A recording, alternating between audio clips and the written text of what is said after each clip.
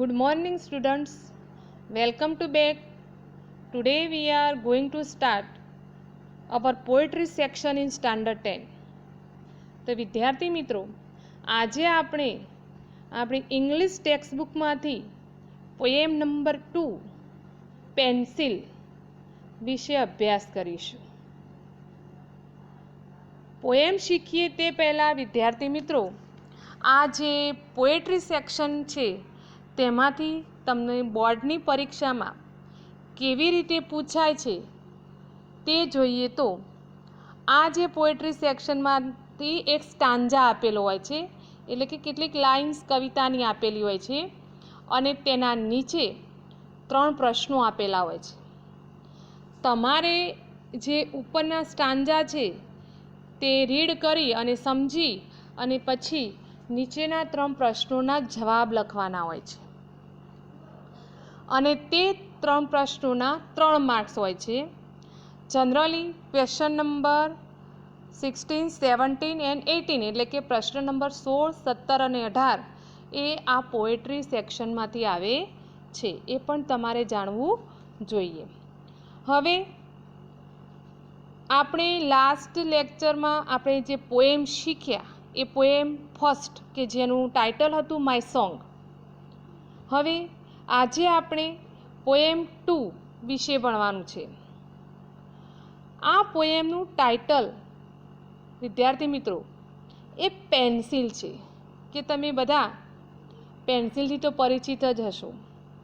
મિત્રો, બાળકને જ્યારે ભણવાની શરૂઆત કરે છે એટલે કે એ કેજીથી સ્ટાન્ડર્ડ 1 to 4 અથવા તો 5 સુધી, ત્યારે તે પેન્સિલનો ઉપયોગ કરતો હોય છે.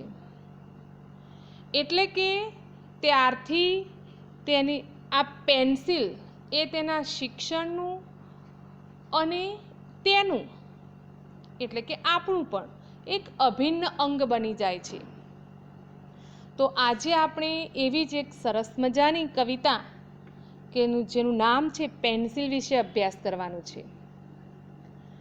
હવે મિત્રો, આપણે ટેક્સ્ટ બુકમાં જોઈએ પેજ નંબર 139 ઉપર આ કવિતા પેન્સિલ આપેલી છે.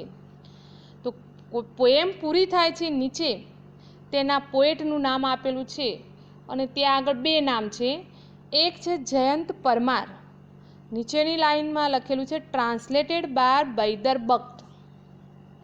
એટલે કે આ પોએમના પોએટ છે જયંત પરમાર, કે જેને આ ઓરિજિનલ આ કવિતા છે, આ પોએમ છે તેના ઓરિજિનલ પોએટ છે,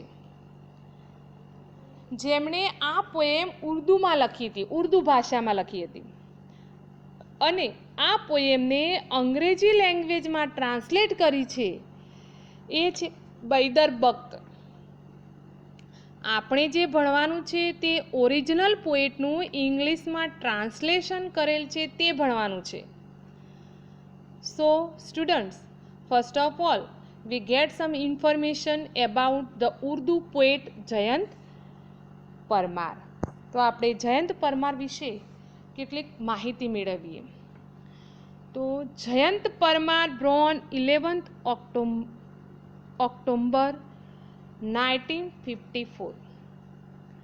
જયંત પરમાર એ 11 ઓક્ટોબર 1954ની અંદર જન્મેલા છે. He is an Indian Urdu language poet known for raising Dalit issue in his poetry.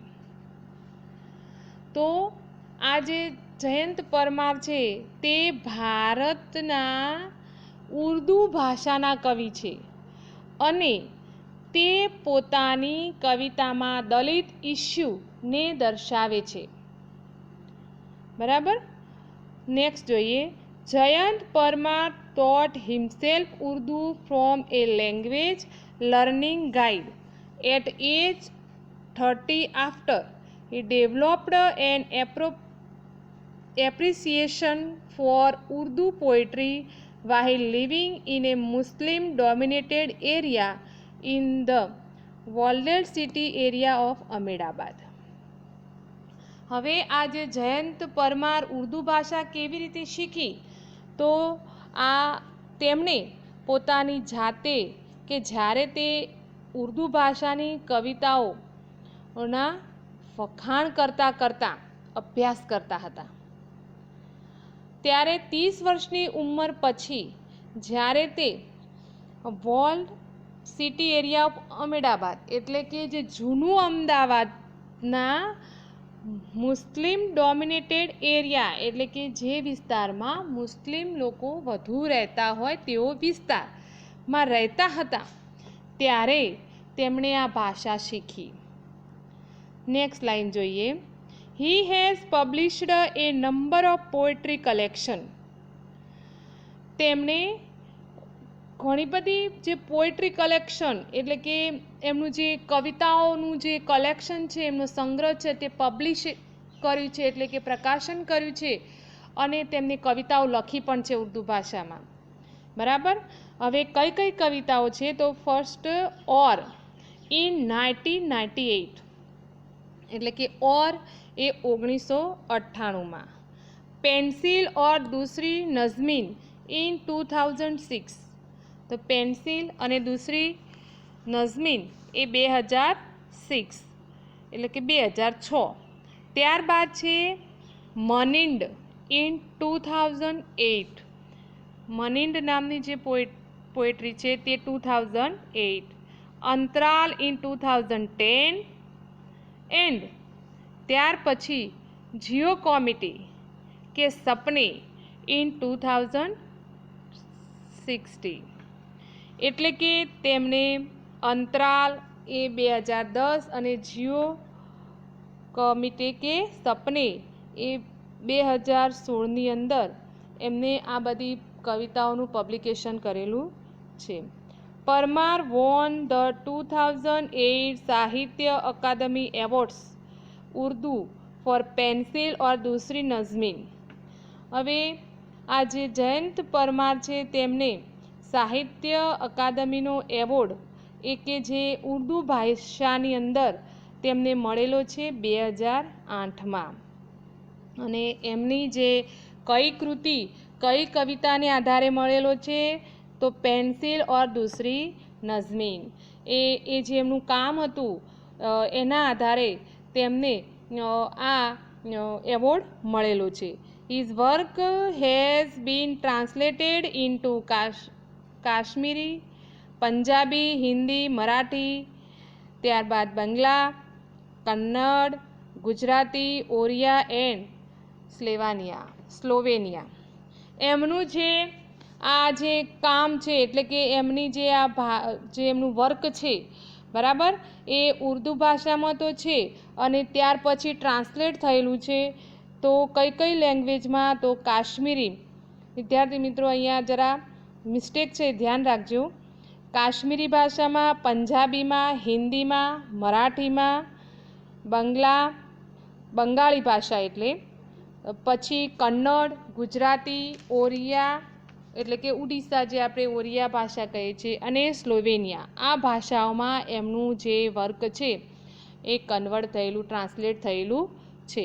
તો આ જે જયંત પરમારની ઇન્ફોર્મેશન ઓનલી ફોર જાણવા માટે જ છે, એટલે કે તમે આમના વિશે જાણો એ માટેની આ ઇન્ફોર્મેશન છે. ત્યારબાદ આ જે પોએમનું ટ્રાન્સલેટેડ કર્યું હતું એ હતા બૈદર બખ્ત, કે એ પણ એ ફક્ત not only the writer or a poet, એ ફક્ત એક કવિ જ નથી, એક રાઇટર જ નથી, but also an adjunct professor of civil engineering છે, અને જે ટોરેન્ટો અને મનીટોબા કે જે કેનેડામાં છે ત્યાં આગળ એ પોતે પ્રોફેસર છે. બરાબર. હવે આપણે કવિ પરિચય મેળવ્યો.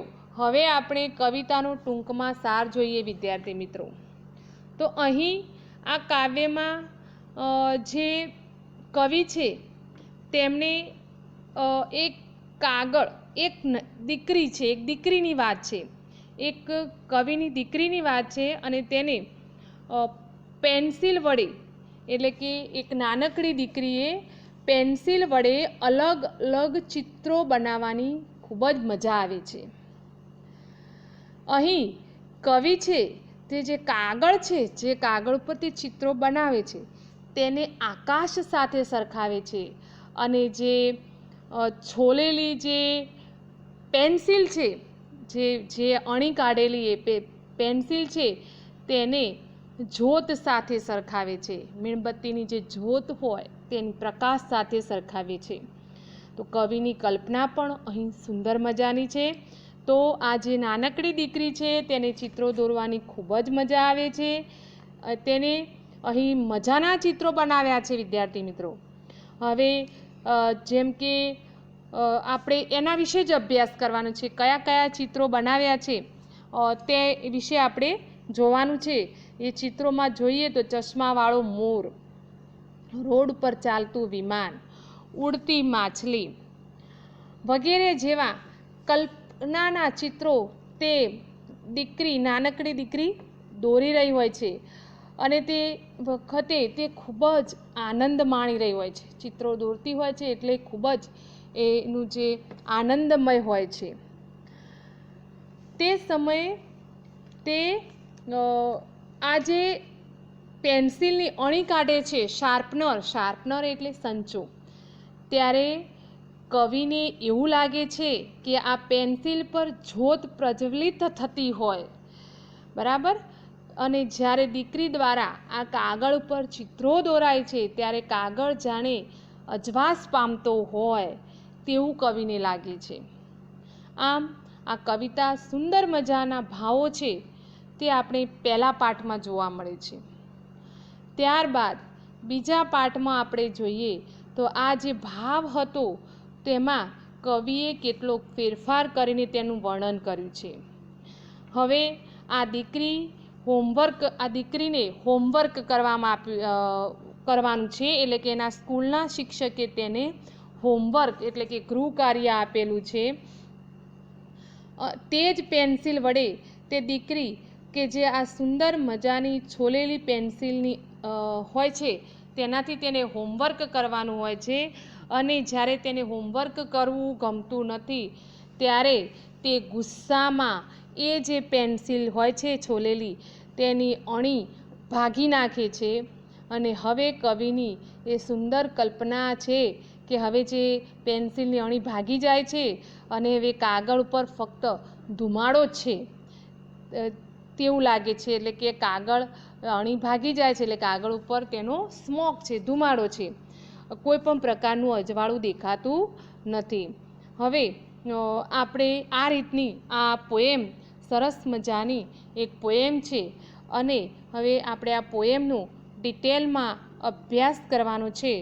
તો સૌ પ્રથમ આપણે કેટલાક ડિફિકલ્ટ વર્ડ કે આપણે જે ગ્લોસરીના જે ડિફિકલ્ટ વર્ડ છે તે વિશે પણ અભ્યાસ કરવાનો છે. તો ફર્સ્ટ વર્ડ છે તે છે શાર્પનર. વિદ્યાર્થી મિત્રો, શાર્પનરનો અર્થ થાય a tool to sharp the tip of pencil, એટલે કે સંચો. તમે બધા એ પણ ઓળખતા જશો. તો એ ટૂલ એટલે એક સાધન, ટુ શાર્પ ધ ટીપ એટલે પેન્સિલનો જે ઉપરનો ભાગ છે તે એ પેન્સિલનું શાર્પ છોલવા માટે જે વપરાય, જે ટૂલ વપરાય તેને શું કહેવાય?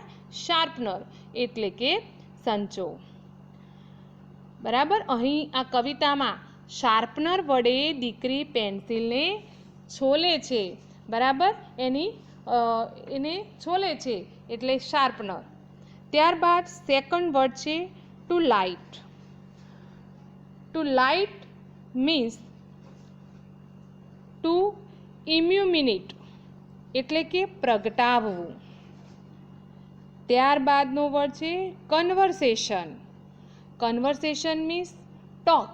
એનો સમાનાર્થી શબ્દ, ઇંગ્લિશ સમાનાર્થી શબ્દ તમારે વિદ્યાર્થી મિત્રો ખાસ યાદ રાખવાના, કારણ કે તમારા પરીક્ષામાં સિનોનિમ્સ એટલે કે સમાનાર્થી શબ્દો અને એન્ટોનિમ્સ એટલે કે વિરુદ્ધાર્થી શબ્દો એ પૂછાતા જ હોય છે. તો કન્વર્સેશન મીન્સ ટોક એટલે કે વાતચીત કરવી તે. ત્યારબાદનો વર્ડ છે ecstasy. Ecstasy means feelings of great happiness, એટલે કે પરમ આનંદ, અત્યાનંદ, બરાબર. તો એ માટેનો વર્ડ છે એક્સટેસી. ત્યાર પછી ગ્લાસીસ. તો ગ્લાસીસ મીન્સ સ્પેક્ટેકલ્સ. તમને બધાને ખબર જ હશે સ્પેક્ટેકલ્સ એટલે ચશ્મા. તો ગ્લાસીસ મીન્સ એ ચશ્મા અને સ્પેક્ટેકલ્સ મીન્સ એ ચશ્મા. ત્યારબાદ વર્ડ છે patch. Patch means a piece of cloth used as decoration or to mend or cover a hole. એટલે કે થીગડું. એટલે કે એવો કપડાનો ટુકડો કે જે કોઈ કવર કરવા વપરાતો હોય, એટલે કે આપણે કંઈક થીગડું જે કહીએ છીએ તે. ત્યાર પછીનો વર્ડ છે સ્ટ્રેન્જ. સ્ટ્રેન્જ મીન્સ અનયુઝ્યુઅલ, પિક્યુલિયર એટલે કે વિચિત્ર અથવા તો વિશિષ્ટ. બરાબર. ત્યાર પછીનો વર્ડ છે એક્સટિંગ્વિશ. એક્સટિંગ્વિશ એટલે put out as of fire, flame or lights એટલે કે ઓલવી દેવું. એનો બીજો વર્ડ જોઈએ તો blow out. BLOW out OUT એટલે પણ ઓલવી દેવું થાય. તો અહીં put out as a fire એટલે કે ફાયરને ઓલવી દેવી, ફ્લેમ એટલે કે જ્વાળાઓ, ઓર લાઇટને પણ ઓલવી દે એટલે કે બંધ કરવી. તો એ માટેનો શબ્દ છે એક્સટિંગ્વિશ. ત્યારબાદ સ્મોક. સ્મોક મીન્સ સ્મોગ એટલે કે ધુમાડો. તો આ ગ્લોસરી વર્ડ હતા વિદ્યાર્થી મિત્રો. તો તમારે ધ્યાન રાખવાનું. બરાબર. અને હવે આપણે જે પોએટ છે એટલે કે જે કવિતા છે પોએમ, એ હવે આપણે નેક્સ્ટ લેક્ચરમાં જોઈશું. Okay, thank you.